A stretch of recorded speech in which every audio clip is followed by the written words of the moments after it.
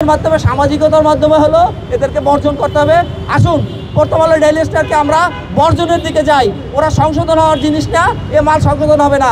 পিনাকির ভাষায় এই জাউরাগুলো ঠিক হবে না। এটা যে পত্রিকা থেকে ছাপা হয়, যে পত্রিকায় লেখা হয়, আপনি আমি সহজভাবে বুঝতেছি এটা উনাদের লোকজন ছাড়া এই পত্রিকায় লিখে যাবে অন্য জায়গার সংস্থার লোকের আসে, এটা তো সম্ভব না। অবশ্যই উনারা এটা করেন। এবং আমরা অতীতে দেখছি যে সমস্ত উলামায়ে কেরাম যারা ধর্মপ্রাণ মুসলিমদেরকে সঠিক ধর্মের কথা বলে, এরা তাদেরকে বিভিন্ন ধরনের অপবাদ দেয়, জঙ্গিবাদ অমুক তমুক, কিন্তু এদের কাছে ওইরকম কোনো যৌক্তিক প্রমাণ নাই যে ওই সমস্ত উলামায়ে কেরাম কোথায় জঙ্গিবাদ করছে। এই যে আমাদের দেশ থেকে জালেমের পতন হয়েছে, যারা কথায় কথায় উলামায়ে কেরামদেরকে জঙ্গি বলতো, আজকে তো জালেম নাই, ওই সরকার নাই, দেশে কোন জায়গায় জঙ্গিবাদ হচ্ছে বলেন, কোন জায়গায় জঙ্গিবাদ হচ্ছে?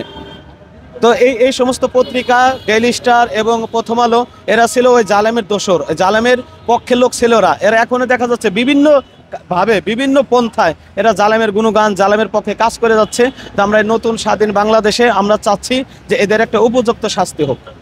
উপযুক্ত অবশ্যই আমরা দাবিটা আমরা এই দেশের নতুন যিনি ভারপ্রাপ্ত সরকার আছেন ডক্টর মোহাম্মদ ইউনূস, ওনার কাছে দাবি করব। দেশের যিনি রাহাবার, যিনি প্রধান থাকবেন, তার কাছে দাবি করা ছাড়া আমাদের কার কাছে দাবি হতে পারে? তাছাড়া আমরা নিজ থেকে তো কোনো ভূমিকা পালন করতে পারি না। তবে আমরা আশাবাদী যে আমাদের যেহেতু বৈষম্যহীন দেশ নতুন করে আমরা পেয়েছি, আমাদের এই জায়গায় যারা দায়িত্বে আছেন, সরকারের জায়গায় যারা আছেন, তারা ওনারা অবশ্যই দেশের মানুষের কথা ভাববেন। যারা অতীতে মিথ্যা নিউজ করে উলামায়ে কেরামদের বিপক্ষে ছিলেন, দেশের জনগণের বিপক্ষে ছিলেন, তাদেরকে অবশ্যই শাস্তির আওতায় আনবেন, এটা আমরা আশাবাদী।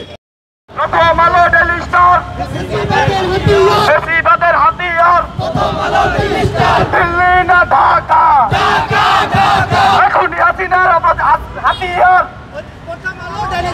এখনই হাসিনার হাতিয়ার। প্রথম আলো ডেইলি স্টার,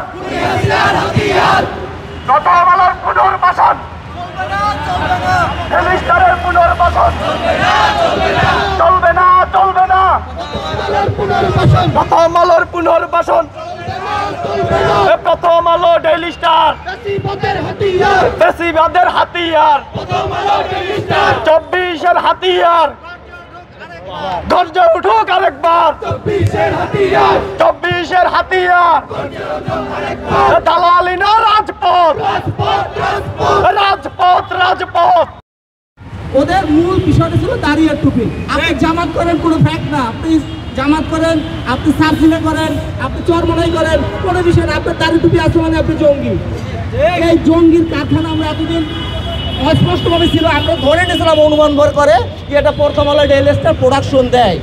বাট আমাদের সাংবাদিক ইলিয়াস হোসেন ভাই যখন এটাকে তার অনুসন্ধানী সাংবাদিকতা থেকে পিনাকি দাদা যখন তারা অনুসন্ধানী সাংবাদিক থেকে এটা ক্লিয়ার করে দিল যে না, এটা ডকুমেন্টারি, ওরা ওদের অফিসে বসে এগুলাই গোয়েন্দা সংস্থার সাথে মিশিয়ে এগুলো মঞ্চস্থ করতো, এখান থেকে লিস্ট তৈরি করতো, বাইরে এটা প্রচার করতো।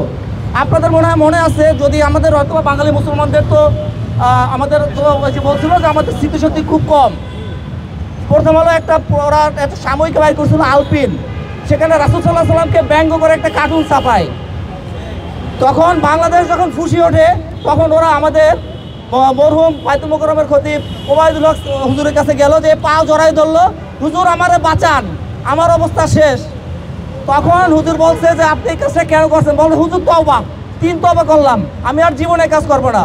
হুজুর আসলেন, হুজুর সর্বজন স্বীকৃত, সর্বজন শ্রদ্ধেয়, সবাই তার কথা মেনে নিল। আমরা প্রথম আলোকে ওই সময় ছাড় দিলাম।